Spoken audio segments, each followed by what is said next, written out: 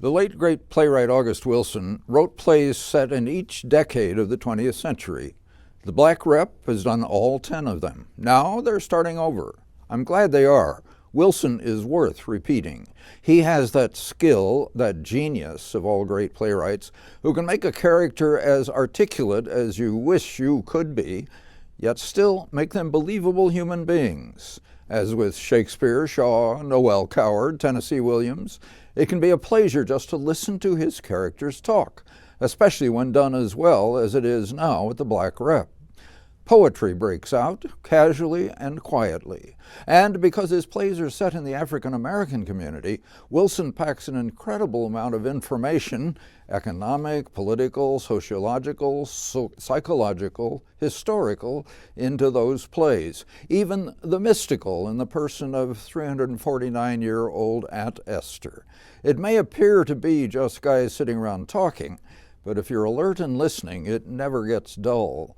The Black Rep is reviving Wilson's play set in the 60s, Two Trains Running, also set, like most of his plays, in the Hill District, a black section of Pittsburgh.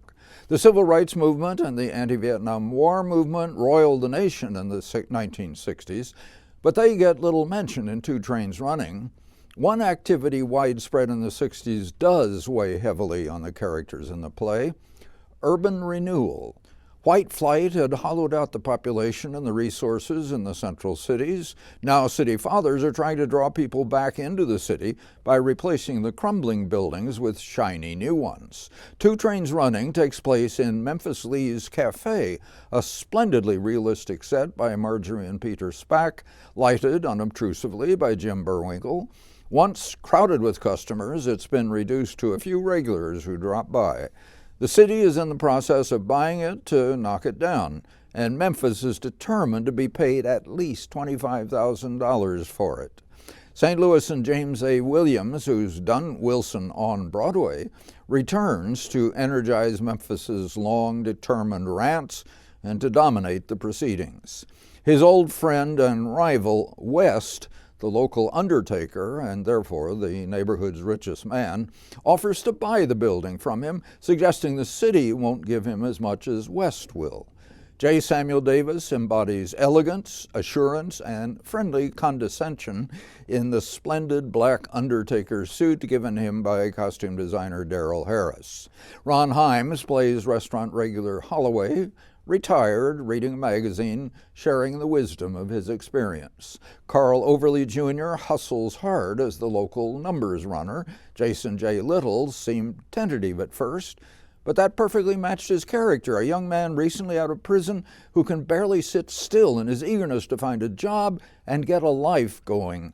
Maybe with Risa, the young woman who does all the work in the cafe and is regularly berated by Memphis for not doing enough. Sharissa Watley gives Risa great tolerance and quiet dignity and charm. Each of these people pursues his or her own life, but the mentally damaged Hambone, in a convincing performance by Travis Banks, gives them an opportunity to show that they do share something as a community. The community on stage is created by director Ed Smith, enriched with Kareem Dean's sound design. Maybe it is the ferment of the 60s that makes Memphis believe that now he can return to some land he claims to own in Jackson, Mississippi, from which white men chased him, nearly at the cost of his life, in the 1930s.